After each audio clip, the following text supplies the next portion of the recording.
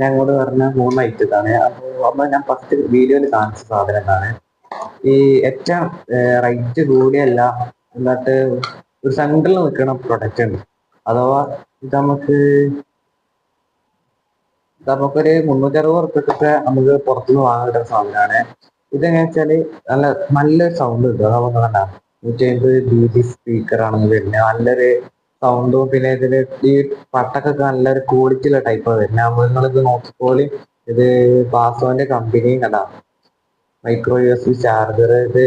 ഇതിന്റെ charging time ഒക്കെ ഇതിൽ ബാക്ക് ചെയ്യാൻ നല്ല വൃത്തിയായിട്ട് കാണിച്ചു കാണാം. പിന്നെ 1300 mAh ബാറ്ററി ക്വാളിറ്റി ഒക്കെ ഉള്ള നമ്മുടെ സാധനമാണിത്. അപ്പോ ഇത് എടുക്കട്ടെ. അപ്പോ ഇത് നമുക്ക് ഏകദേശം ഒരു 360 ഉറുപ്പ്യക്ക് കൊടുക്കുക ഈ സാധനമാണെന്നുണ്ടെങ്കിൽ. അതേപോലെ തന്നെ ഈ സാധനം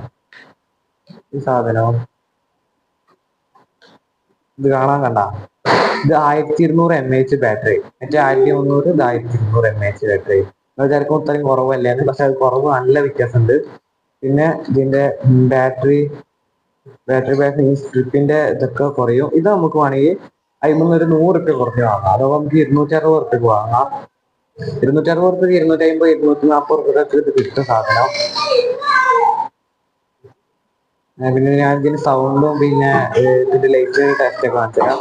പിന്നുള്ളതാണ് ഇത്. ഈ സെയിം സാധനമാണ് ഇരിക്കുന്നത്. പക്ഷെ ഇതിന് ചെറുതായിട്ട് സോളാർ വരുന്നുണ്ട്. അല്ല, സോളാർ ചാർജിങ്, മൈക്രോ USB ചാർജിങ്ങും ഉണ്ട്. ബാറ്ററി ബാക്കപ്പും കൂടുതലുണ്ട്. അപ്പോ ഞാൻ ഇതിന്റെ 3 കാണിച്ചു തരാം.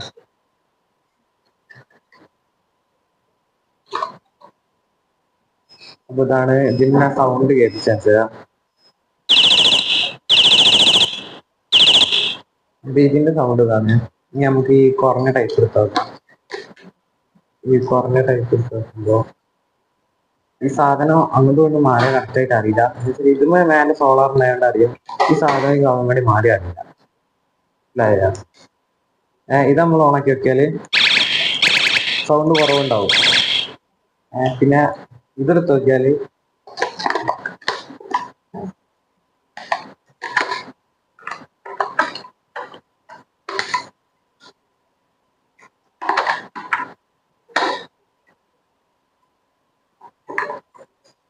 ഇതിന്റെ മേലെ കമ്പനീന്റെ പ്രിന്റിംഗ് ഒക്കെ കാണാം.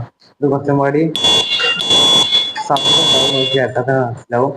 ഇതിന്റെ 3ന്റെ ലൈറ്റ് നോക്കിയാൽ നിങ്ങൾക്ക് കാണാം. ലൈറ്റ് ഓണാക്കിയാൽ കാണാം.